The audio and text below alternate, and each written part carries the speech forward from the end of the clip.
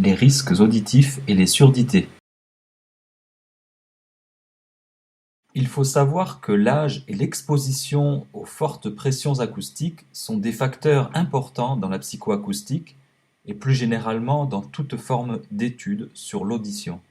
Classiquement, l'âge entraîne une perte d'audition dans les aigus. On constate une diminution de la fréquence de coupure dans les aigus et, ce qui peut paraître étrange, est que l'on observe dans certains cas également une augmentation de la fréquence de coupure dans les graves. Cela signifie qu'on entend moins bien les aigus, au-dessus de 10 000 Hz, et également, dans certains cas, mieux les graves, en dessous de 200 Hz. Dans un deuxième temps, l'exposition régulière et ou prolongée aux fortes pressions acoustiques, au-dessus de 100 dB, provoque une diminution de sensibilité auditive, typiquement autour de 3000-4000 Hz, soit dans les aigus. On constate ainsi une tendance qui malheureusement tend à s'accentuer, à rencontrer des personnes âgées qui ont une bonne audition et des jeunes souvent exposés à des niveaux sonores élevés et qui ont une audition fortement dégradée, voire une surdité. Plutôt déconcertant, non? Combien de cellules ciliées la cochlée contient-elle environ? L'oreille interne, ou cochlée, est la partie la plus utile mais aussi la plus délicate de l'oreille. La cochlée renferme des cellules sensorielles ciliées qui transforment le son en influx nerveux. Ce message nerveux, décrypté par le cerveau, permet de comprendre la parole, de reconnaître les sons familiers, d'aimer la musique. Ces précieuses cellules sont peu nombreuses, environ 15 000. Les cellules ciliées sont-elles renouvelables? Elles ne se renouvellent pas et elles sont fragiles. Elles perdent leurs cils sous l'effet de nombreux agents comme la maladie, le vieillissement et bien sûr le bruit. Cette perte entraîne leur mort. La transformation du son en influx nerveux ne se fait plus et l'on devient sourd. Pour pallier le handicap de la surdité, il n'y a que les aides auditives qui rendent certes de grands services, mais ne redonnent pas à l'oreille ses performances naturelles. Quels sont les risques liés au bruit ou à de trop longues expositions à celui-ci? Les risques sont la malentendance, voire la surdité. La malentendance provient d'une altération du système auditif. Un message qui parvient au cerveau est toujours atténué, souvent déformé et confus. La déficience auditive ou surdité est toujours caractérisée par une perception atténuée des sons ou perte auditive. Lorsque la baisse de l'audition s'installe progressivement, il est difficile de s'en rendre compte. Il faut donc consulter un médecin spécialiste ORL qui fera la mesure de cette atténuation par un examen audiométrique simple, rapide et indolore. Les résultats figurent sur un audiogramme qui indique les pertes aux différentes fréquences. Quels sont les risques si l'on reste trop exposé au bruit?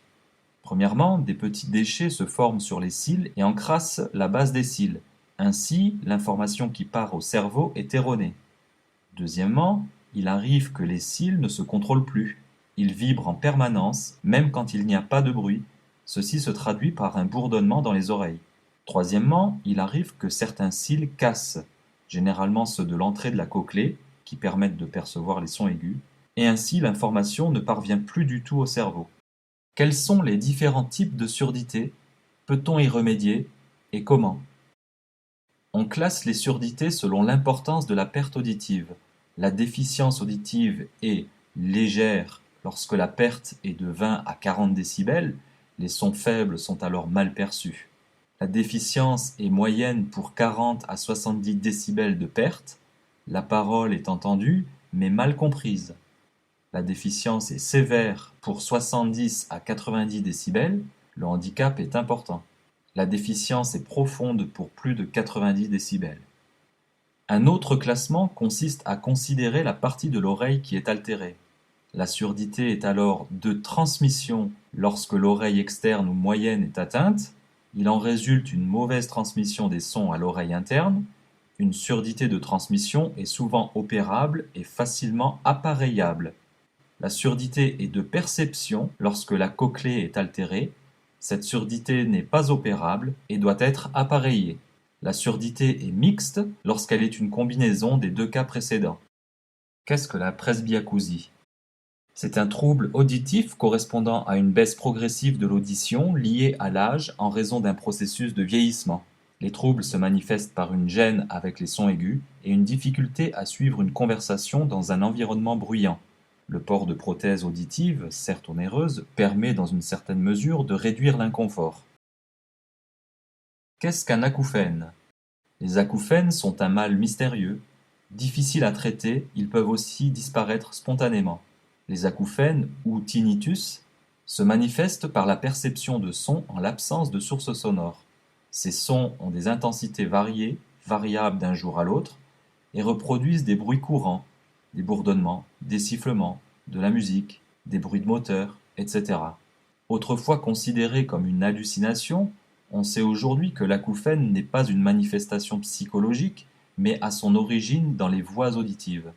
Le plus souvent, il est dû à une lésion de l'oreille interne, où la transmission anormale du message nerveux au cerveau est interprétée comme un son.